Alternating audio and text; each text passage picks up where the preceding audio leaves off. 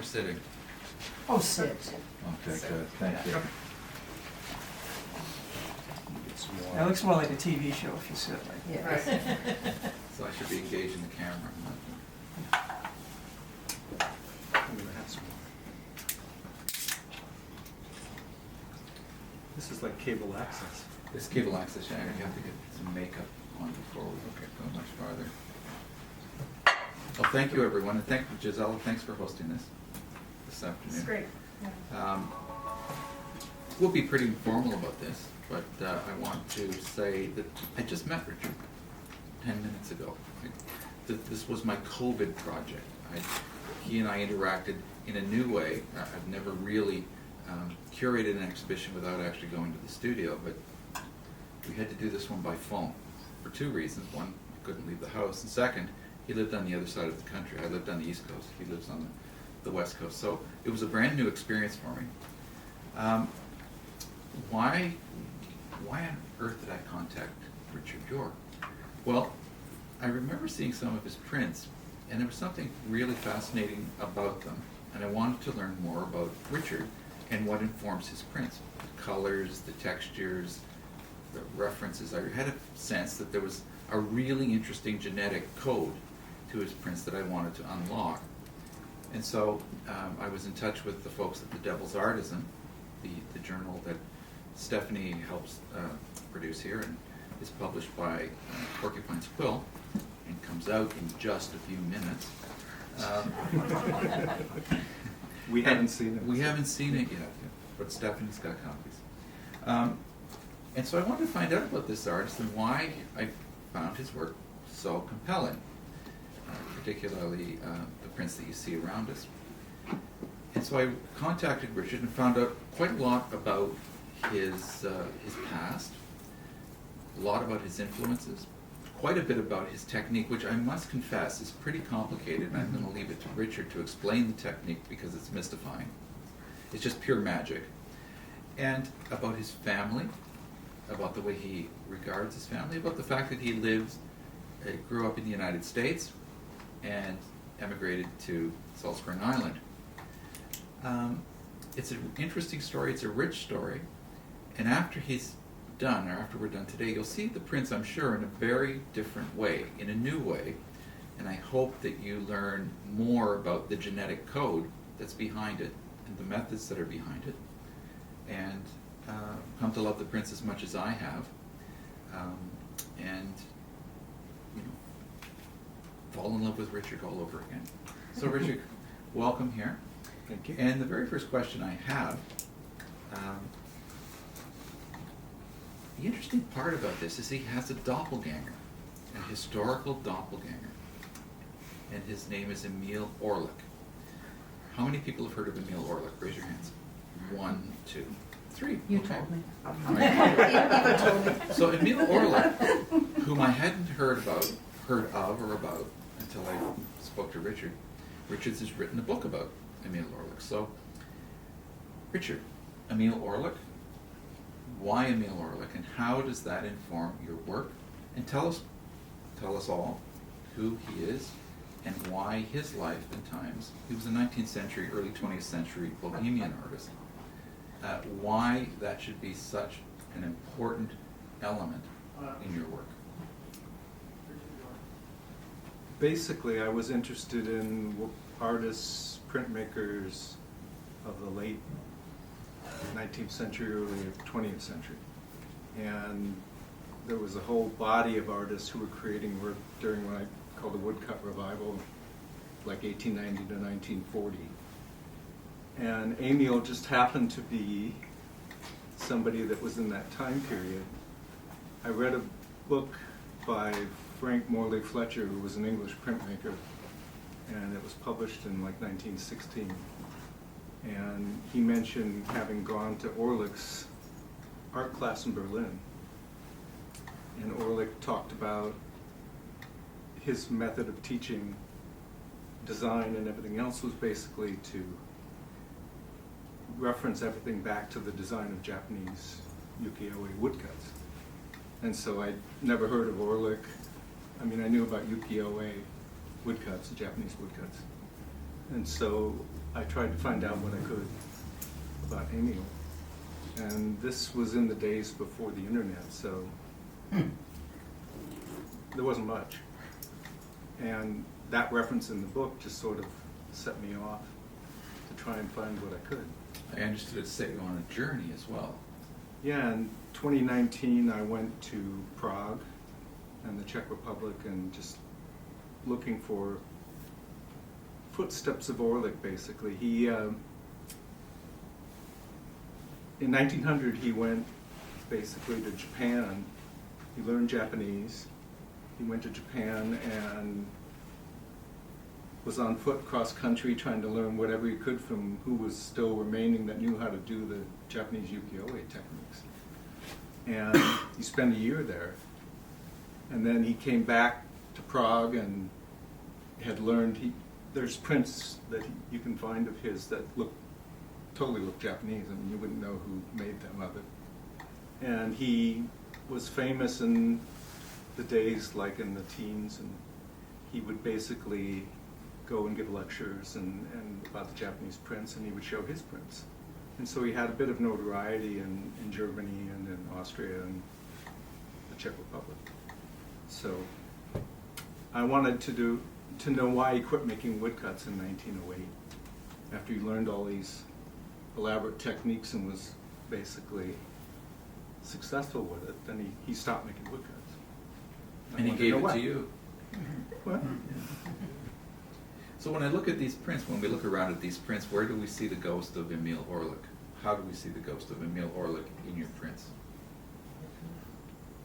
That's a good Or question. the influence, I should use our historical terms here. Well, he's part of a whole bigger movement I call the woodcut revival. Mm-hmm. And it's Frank Morley Fletcher, Arthur Wesley Dow in the U.S., a number of people that adopted Japanese techniques but made them Western, assimilated them into their own styles, and just had a new way of creating the woodcut, revitalized it. So you absorbed Orlik, Orlik's influences, the woodcut revival, ukiyo-e, and this is what you... Came out of it. I mean, there were 3 woodcut artists when I was growing up in California that were really, they weren't that well known, but they were interesting. So there was a guy named Pedro de Lemos, who was in the Monterey, San Francisco area, and he did woodcuts. He taught. He wrote a number of books about art technique and other things. And there was a woman, Frances Gearhart, in Pasadena, whose 2 sisters. One of them studied with Arthur Wesley Dow at Columbia University, and he's one of the first in America to do sort of Japanese-style Western prints. Mm-hmm. And she did all of these prints of mountains and landscapes in Southern California that were just really pretty striking and interesting, and they depicted the changing landscape, basically. And then there was a 3rd artist named William Rice. And William Rice was from Pennsylvania. He came out to California in 1900 and was hired in Stockton, which is south of Sacramento where I lived. And he was teaching art. And he did watercolors and went around, and he basically was trying to paint the natural look of how things looked before they went away.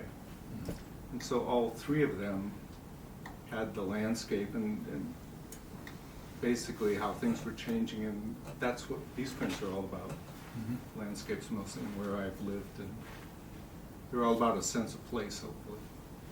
I see from this print too that your family is very important.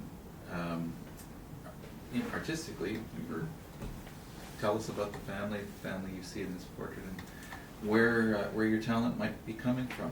Another kind of genetic code. You know what? I'm intrigued by the idea of inherited memory, whether it's instinct or there are things in your DNA that you are much like your ancestors more than you realize. That can be really frightening. Yeah, it can be really frightening. And this print was called Totem, since I'm on the West Coast. Instead of a vertical like ancestor totem, it's a horizontal. It's my great-great-grandfather on the left, who was born in Claremont, New Hampshire in 1818, and he came to Michigan by using the Erie Canal when it was first opened in the 1830s. And he ended up settling in Illinois. And then his son is the one next to him, who he's the one who actually ran he had a poultry business where he shipped prize-winning poultry all over the U.S. And he ran a journal that had the Poultry Chum, it was called. The poultry. Chum. The poultry. I have no idea what that means. But he had wood engravings that were used. Friends of Fowl. And he had wood engravings that would illustrate like prize-winning chickens, and that was done all over the country, where somebody would have bronze turkeys or something, and they'd have these woodcuts that were basically to illustrate it. And then my grandfather's in the center there, and he guarded German prisoners in France on the front during the First World War. And then he came back to the States, and it's my mother next to him in between me. And she was a nurse during the war, but also like a weekend painter. I think more than a weekend painter from what you showed me. Yeah, but she didn't really pursue it much as she got older, but she was talented. Yes, she was. She had a great sense of color. You can see that in the work here, the way you use color, and I was drawn to that. So we have Orlick, the Woodcut Revival, ukiyo-e, the California Artists, autobiography, and personal history. And how does all that blend into this work? Like where does it go? I think you How do you give it back? assimilate. I think you assimilate different aspects about art and artists that you like, and it just becomes part of your repertoire. I mean, you try to learn a certain technique from somebody, or a certain way of handling color, and I just try to apply it to woodcuts, which is an insane thing to do, but trying to make them look more painterly. Well, when I look at them too, I see a Norwegian influence. They're very much, the color is expressive in the way that, say, Munch would use color, or the Fauvists would use color. Would you say that also factors into Well, something? Munch was the biggest, that was the first big influence I had with his woodcuts. I still think my stuff looks like Munch half the time. I'm not ever that far removed from it, which doesn't bother me at all. I love Munch. Why was it? Yeah. Actually, when I was 23, I went to Europe, and my sister lived there with her husband, and so I basically used their place in Germany to travel around, and I booked a tour that was like it was on a bus, and it went up through the middle of Germany, and then on a ferry boat to Göteborg in Sweden, and then you drove up the fjord to go to Oslo, and I went to the old Munch Museum and spent 2 days in that, just staring at the paintings. So you followed in the footsteps of Orlick, and you followed in the footsteps of Munch. I didn't tell you that because I didn't want to. I already dumped so much stuff on you. I figured it was causing you brain over. Is there anything else you didn't dump on me? This is a good place for it. Yeah, I didn't talk about Gustav Baumann. Gustav Baumann is probably one of the best color printmakers in the U.S. in the 20s and 30s and up into the 40s. And he had really elaborate prints. And he lived in Santa Fe, and he was basically where a lot of people gravitated around New York and Chicago and other places where it was an art center. He went to Santa Fe when there was, nobody there but Georgia O'Keeffe, and was doing prints and making a living, and he did marionette theater. So there's a connection to Orlick. Orlick was a marionette puppeteer. No, he was in Prague, which is like where all the marionette theaters are. Actually, I have a print out of that book called Marionettes. So you've mentioned Dow and you've mentioned Santa Fe. which calls up to my mind, there must be something mystical or transcendental that also finds its way into your process and finds its way into how you interpret a subject. Can you tell us more about that? You glanced off the idea of place and the environment, and so... Well, there is something magical about place and sense of place. And I really noticed it when we moved to the Gulf Islands. It's just really it's an amazing place. And it really gives you, I'm not religious, so it gives you sort of a religious experience in that sort of regard. Yes. Just the natural world. And once I started thinking in those terms, I started to realize what it was about abstract art that I liked, was because it was, a lot of that came out of theosophy and sort of the mystical things where Lauren Harris and other people. Yes. Hilma af Klint now. And I just like to try and get that feel into some of the prints. Sometimes successfully, sometimes not. Well, as I got to know you, I also found that you're a man of many talents. You studied English Lit, if I'm not mistaken. Yeah, I have a master's degree in creative writing. You're a filmmaker, film producer. I wrote and directed a no-budget movie that nobody will ever see. Purposely. But didn't it win a big prize? No, that was a documentary. That I was a wrote. documentary. Tell us about that, and what the subject of that was, and how does that Well, connect to this? it plays into all of the prints because it was a PBS documentary about the environmental history of California over deep time. So it was a 2-hour film that ran on PBS around the U.S. and narrated by Jane Fonda, and music by Pat Metheny, if you know Pat Metheny, jazz guitar player. And I co-wrote it with a friend of mine that directed it. And really learning about, took 5 years to write because it was so detailed, but it was about the natural world and the changing natural world, which is something I was always interested in. So to know more about your prints, watching this film or reading some of the material that you read. The film was on the KQED, which is the San Francisco Bay Area public television station, for a long time. It was on their website. I don't know if it still is. Still is. Yeah.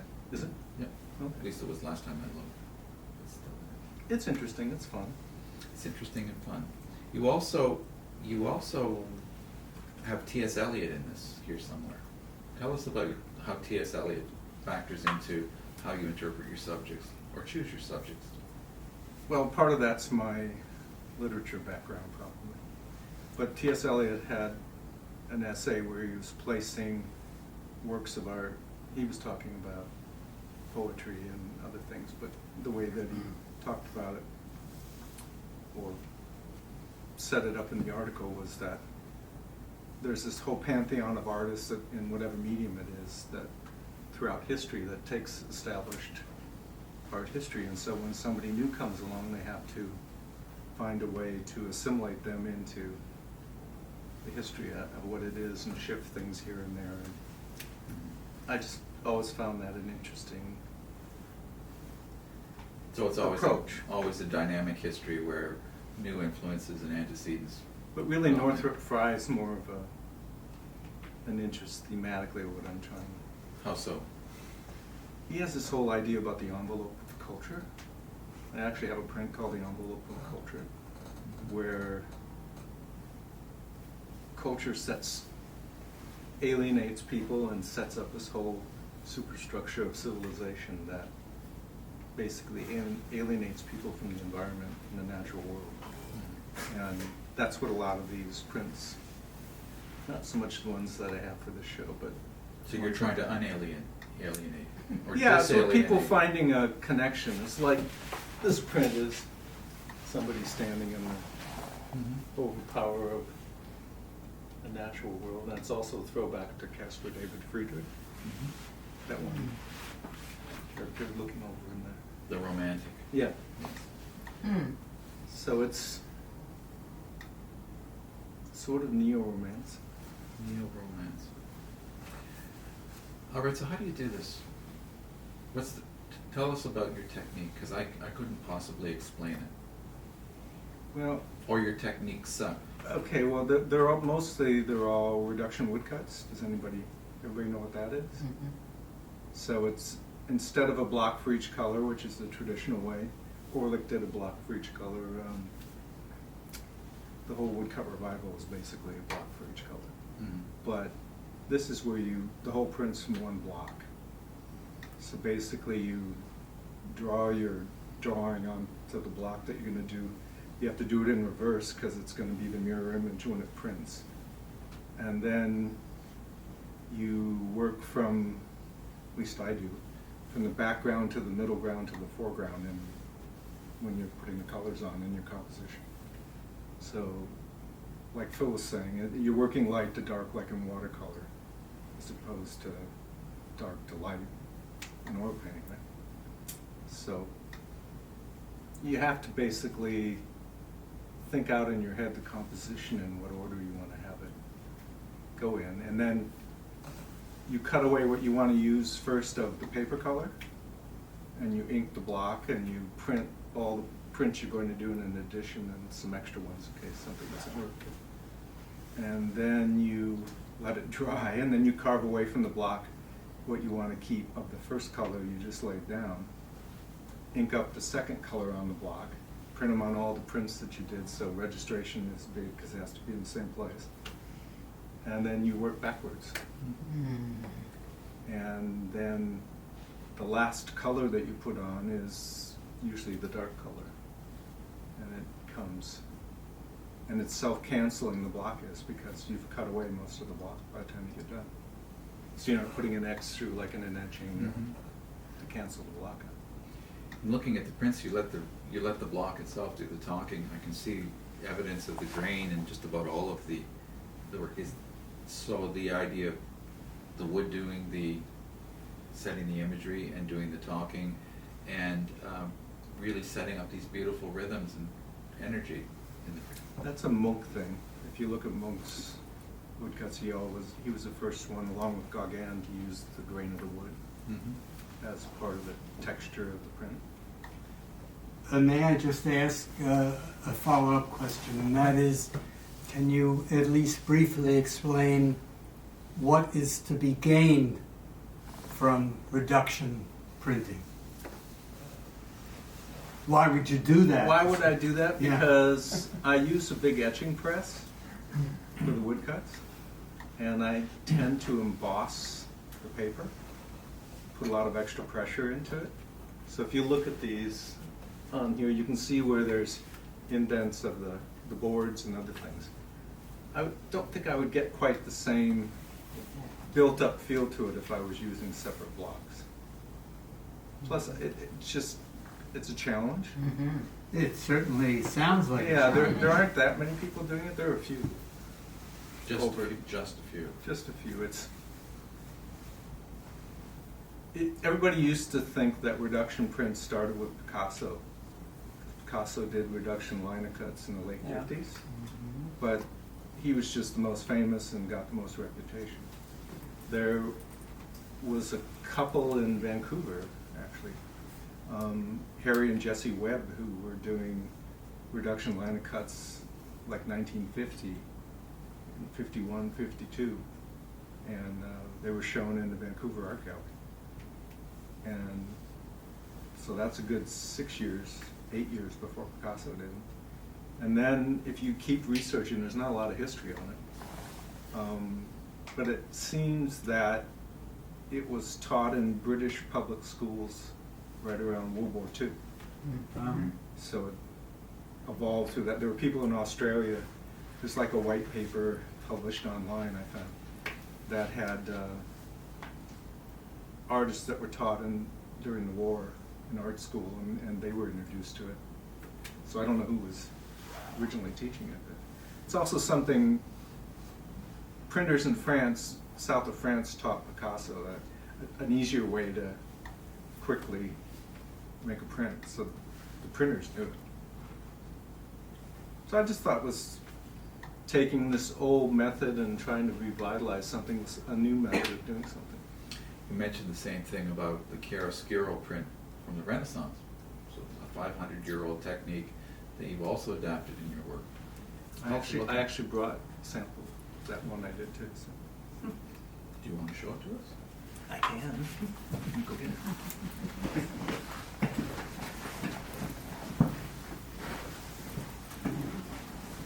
Because that'll make the reduction print more Mhm. understandable.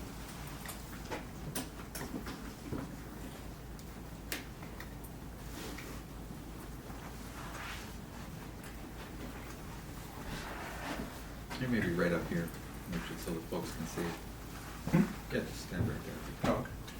Well, let me take some of them out.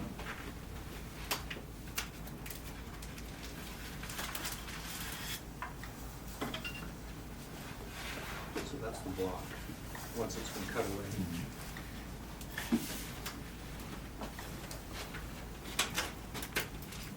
What kind of wood is that? That's birch plywood. The birch veneer plywood. It's not really designed for what I'm doing, so that one little hole there is because there's voids in it that you don't know where they are. Yeah, I was gonna say, once you go through that first thin Yeah, you have to layer- not go through the first layer, Yeah. Yeah. which I learned the And hard you way. just use small bevel chisels to Yeah. carve that in? So, this was the first color. I don't- I don't see any color. Yeah. See the Yeah. white? Yeah. You can see how it indented. Oh, wow. And this is on, Somerset paper, but I don't know if you can see it there. In front of the light, put the light in front, yeah, that one. Yeah. So you can see how it embossed it. Yeah. And on the flat areas, that's where the color, just using the paper color, and then that's white. So that's the first tone block. And then I carved away from the block what I wanted to keep of that color and printed the second color over it. So that's all of this. So after the first print, you're always carving out color Yeah. on the block. Yeah. The form and color. There's no longer any raw wood there that you're carving out. Where, Right. yeah, you cut all that away. Okay. Then the third color is here. So pretty much, there's a bit in here, and this, mostly I was working on the clouds. And this is where I started to do the middle ground. And then the last color is the key block. So that's the finished print. So in chiaroscuro prints were, the first one was in 1508. And it was Hans Berkmeyer. Is that what they call them? Yeah, because they were mimicking the chiaroscuro drawings. And the idea of like Caravaggio and Leonardo, yeah. So those, in the drawings, they would use the paper color as the medium tone. So often it was like a light gray or Yeah. and then they would do white to do the highlights, and then they'd come in with the darker, the black. But usually they were tonal. So this was imitating. I made this for basically a workshop I was teaching. Went over everybody's head. As it's going over ours. Yeah. So it's like one of his sketches, but I did the print like the sketch. I didn't do any more detail than what the sketch was. Yeah. Yeah. Just as an example. So then when you get to this point, you're left with that. Would you Which- pass that Yeah. around? Which normally, I don't have a hole right there. And it was getting thin right on the end, and I made sure it didn't matter once I got beyond that spot. So So I'll leave Good one. prints out for you to look at afterward. And then, It's a beautiful thing in itself. It is. well, you know, people It's like a come relief into, sculpture. people come into my studio and they always want to buy the blocks, Yeah, sure. which is, Do you sell them? Yes. I had a friend, I sold one to Eva and Michael's friend, who didn't buy the print, he bought the block, and it was in Manhattan. That was a Mount Shasta one that I did. And then I did a monoprint called Moonrise that the owner of the Vancouver baseball team, Yeah? he and his wife came in, I don't know, 8 or 9 years ago. And it was the first big monoprint I did. It was called Moonrise, and they bought the print, and so I gave them the block.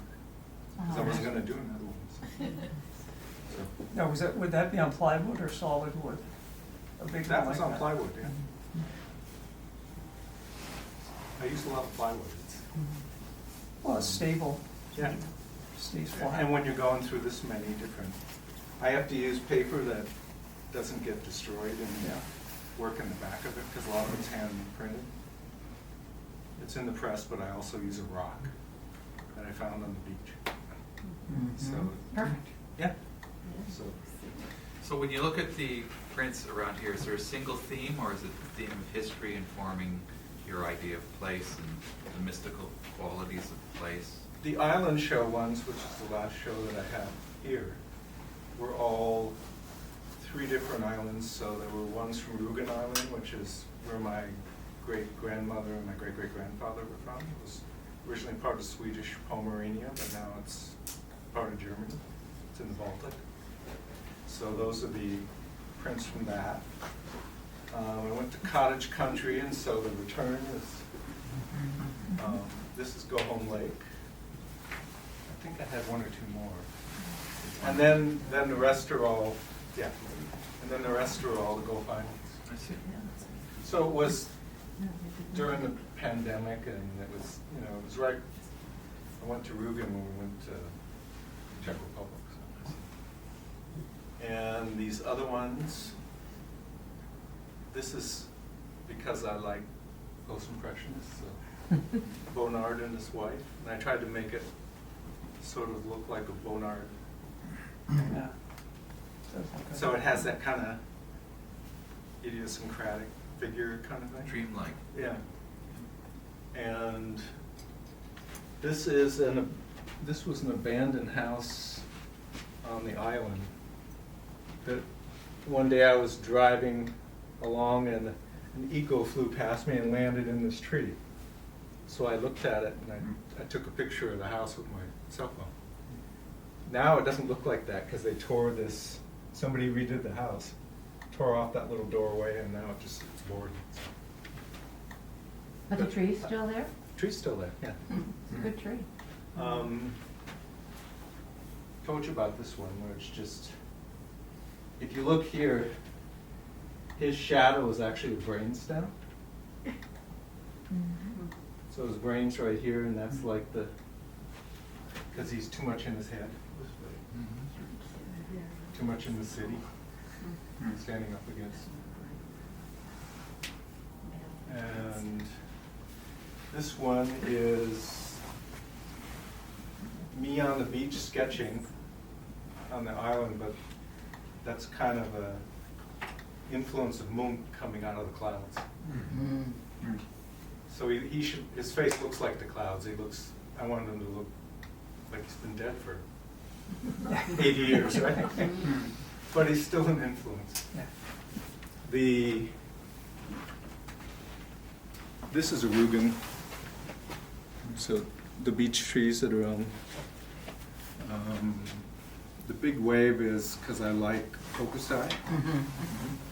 And that's sort of off of Vancouver Island. The one down there is another salt spring image. The lower one next to that is Muskoka in the wintertime. The top one is Rugen. That one's Rugen. And then the one on the left is called Salish because basically I love Rothko's paintings. And Rothko paintings remind me of First Nations art in BC. Use of the ovoid shapes, and so that's Salish because it's Salish Sea, but also the Salish Indians and the Salish Nation. And so it was a blending of the two. And Rothko always said, well, they're not landscapes, those paintings, but they always look like landscapes to me. So in the center of all three of them, I did 3 paintings. There's always an island and a reflection. I like those a lot, just because they're different. So. Well, I've got a question for you. Questions? Yes, I was gonna say questions. Do you think of yourself more as a sculptor or a painter? Because you spend a lot More of a time, painter, a lot not- of time sculpting, making Yeah. these things. I've only done a couple sculptures. I haven't. No, but these are like relief, Yeah. relief Yeah, I guess sculptures I that you add never color really to. thought about it, but you're probably right. Because they're all very textural. I like the textures of it. Yeah, and. But I like playing with the paint textures too. Yeah. But the initial part of the process starts with sculpture. Oh yeah. Especially reduction prints where Yeah. you're dealing with one image and you're anymore I don't even decide the colors ahead of time. I pick a color and then I work, and as you're looking at it and looking at the block, you kind of intuit what you're going to do with it. Well, it kind of chooses itself in a Yeah, way, doesn't it? yeah. Yeah. And so it's more fun that way for me. And so far, I haven't thrown any of them away, so I guess that's pretty good. Got another question. Mhm. What's the difference? Like you do fairly small additions, but what is the difference from one print to another? Like how dramatic is that? They're pretty Pretty close? Yeah. Well, yes and no, because you're inking, each one's like a second that's passed. It's like Yeah. you did this one here at that view of that moment, and then the next one could be the same. It's like Monet's haystacks, right? Yeah. Trying to depict time going. So it doesn't bother me that they're slightly different because they're all original. It's not like your traditional printmaking where everything has to look exactly the same over editions of 150 or something. I didn't want to do that because that's boring for me at least. Yeah, yeah.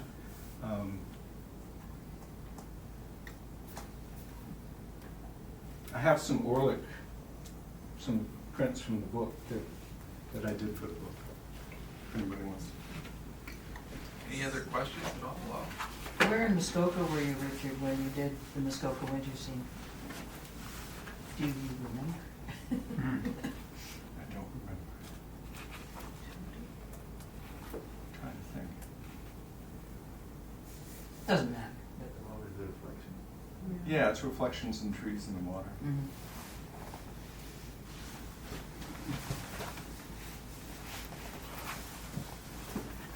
I think I actually was looking through old photographs and found it, which was cool. I was a photographer that's how I made a living. Couldn't make money as a printmaker when I first started, so I ended up as a television news photographer.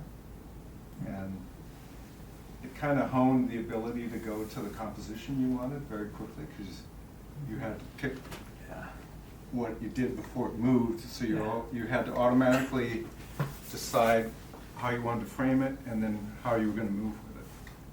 So I've never had an issue with compositions because I think you train your eye to go to what's the best composition.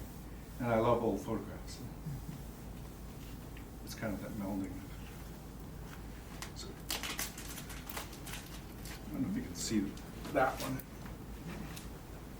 That's a portrait of Emil Orlick. Mm-hmm.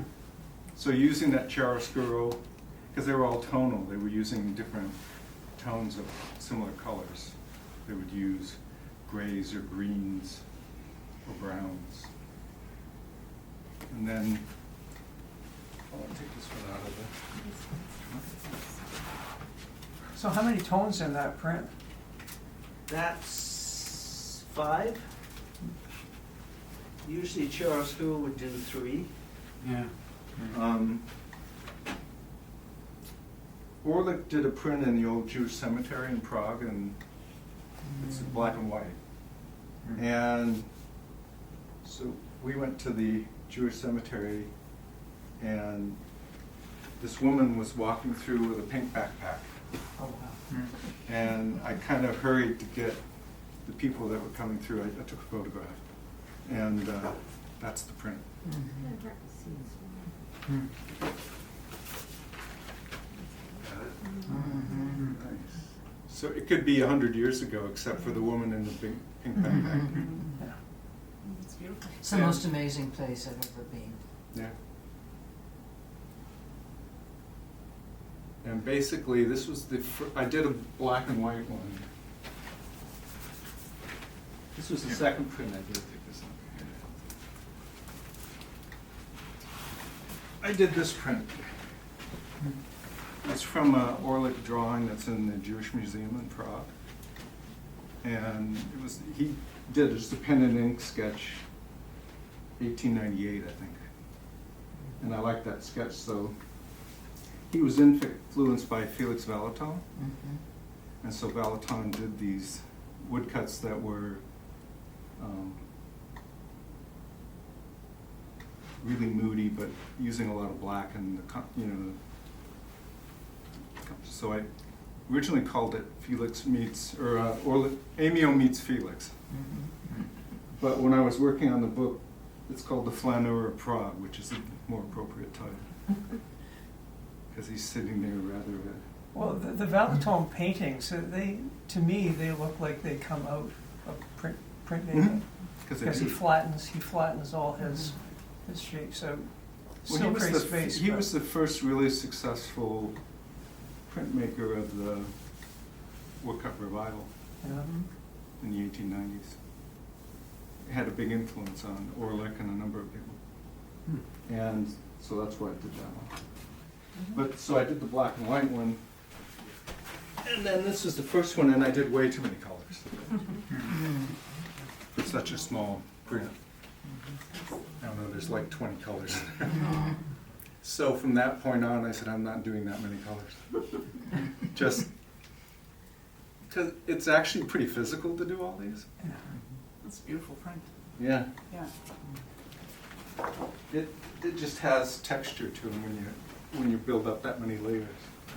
So then I kind of toned it down.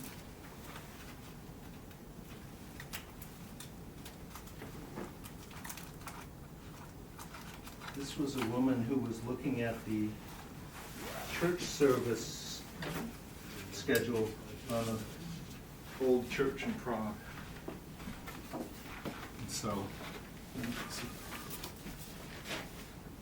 she looked like an Orlik print, basically. Because she had that kind of slouched over. So that's much less number of colors. And in classical prints, the reason they had a black border around there is when you rolled a roller over it, you basically gave you something to roll a roller against. Yeah. Modern woodcuts have done away with that, basically. So there's no edges really anymore. Well, Like in how these. is that? Like, It's just the stylistic. It just sort of evolved. no, from but don't you need that raised edge to stop the ink from getting on the card Yeah, flatirings? That's Just have to be careful. part of the challenge now of when you're inking it.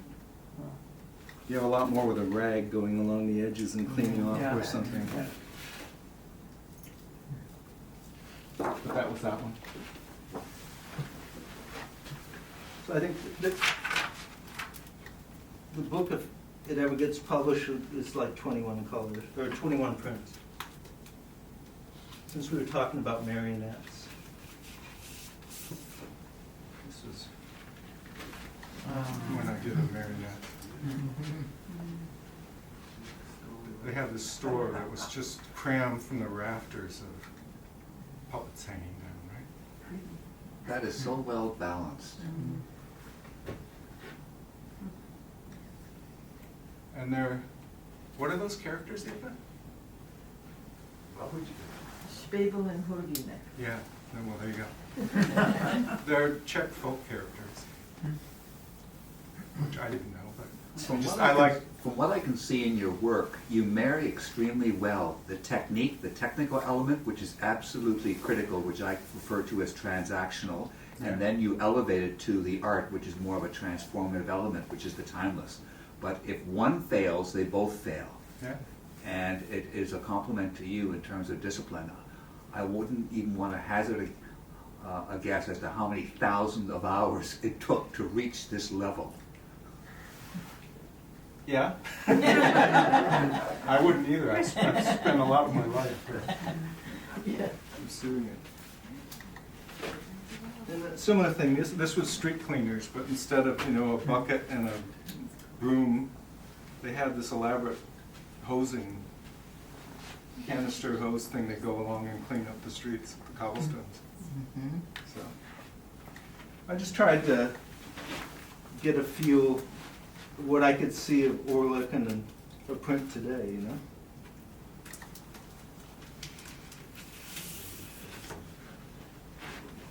this is, Orlick did an etching actually in Japan with rains. It has that kind of Hiroshige or Yes, very much. the water and the rain. But this is Chinese tourists in Český Krumlov, which is, Yes. and I which is envy you the German visit word there. Krumau, which is where Egon Schiele's mother was born. And Schiele lived in this medieval town for a while. And that was what that's from. So. I like that film. So you're using, and you almost have to look at it to see the rain.